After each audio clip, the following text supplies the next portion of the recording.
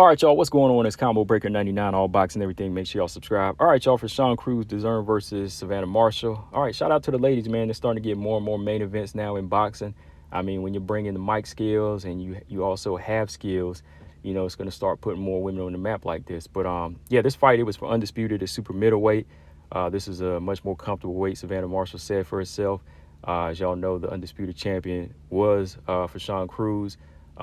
Shout out to this young lady. She's been through a lot, worked hard, went overseas to take on Savannah Marshall in a very gutsy, rough and gritty performance. Now, going into this fight, I honestly picked Savannah Marshall to win this one because I felt like her tall, rangy style was going to be trouble and she was just going to outland and outbox and possibly even hurt Franchón Crews. But Franchón Crews made this an ugly fight. She made it an ugly fight.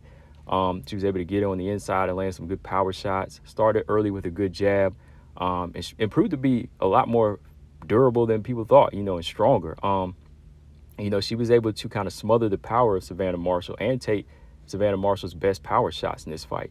I think if Franchón Crews had set up more of an inside fighting style instead of just kind of holding and, smothering and mauling, she probably could have had more success with like body shots and, even the chopping right hand over the top, because Savannah Marshall kind of fought a different style this time. Like, first half of the fight, Savannah Marshall, she kind of gave up her reach a little bit.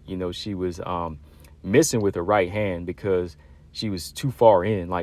It's like whenever she boxes from the outside, she knows her range more. And when she does that herky-jerky style, she throws a jab out and then boom, she comes back with a straight right hand, lands it on the money because she extends her punches and she knows that long reach. But in this fight, there's a few times where she was just like hunched over, trying to meet Franchón Crews in the middle. So when she would throw the jab and throw the right, she would miss.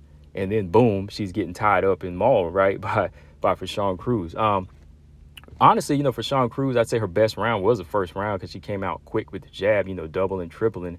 But then she just kind of lost momentum when she was doing too much holding because she was giving Savannah Marshall the chance to land some nice short inside punches, and they were landing a lot cleaner. The overhand right did find its range throughout the first half. I'd say like first 5 rounds, I had it probably like 3-2 maybe or 4-1 for Savannah Marshall because she was really just like landing some big bombs and, double jabs and really started to crack Savannah Marshall, Franchón Crews. Then the second half, I think there was just a lot of moments where Franchón Crews started to get tired. She was doing a lot of holding. Her shots weren't really landing on the money anymore. I know Clarissa Shields, look, she said it was like 3-0 up to the first 3 rounds. But honestly, no, man, I thought Franchón Crews won the first round, but rounds 2 and 3, I thought Savannah was just landing a lot more cleaner punches on her. Even that left to the body, she's just landing cleaner.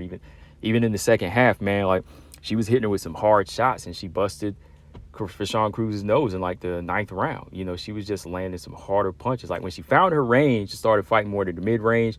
She started doubling the jab and she would land that right hand, go to the body, even land that left hook. There was like a good 1-2-3 sequence. It was like a 1-2 left hook to the body from Savannah Marshall that kind of backed Franchón Crews up. But yeah, like I said, Franchón Crews, she took a lot of these punches though. She's pretty durable in there, man. But I think Savannah Marshall just outboxed and even outworked on the inside and just outpunched Franchón Crews when it came down to it.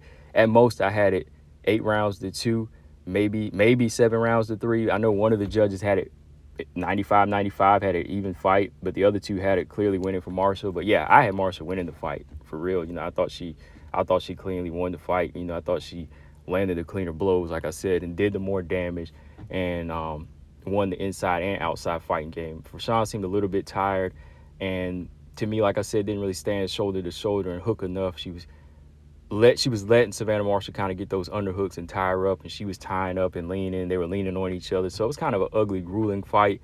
But when it came down into in the second half, I think Marshall started to box more and land the better punches. Yeah, man, so now Savannah Marshall's undisputed champion at super middleweight. What's next for? Of course, Shields was there. She wasn't at a loss for words at the post-press fight conference. And it seems like we might get a rematch between these two. And Clarissa Shields might be setting herself up again for undisputed at 168, So another undisputed fight between Shields and Marshall. I'll take it, especially when the ladies talk like this right now.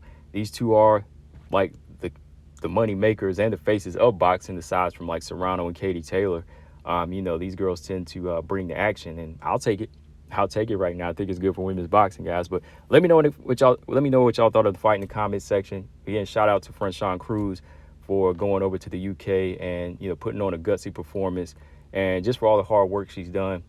Yeah. So leave your thoughts in the comment section, guys. All boxing, everything. I'm out. Subscribe. Peace.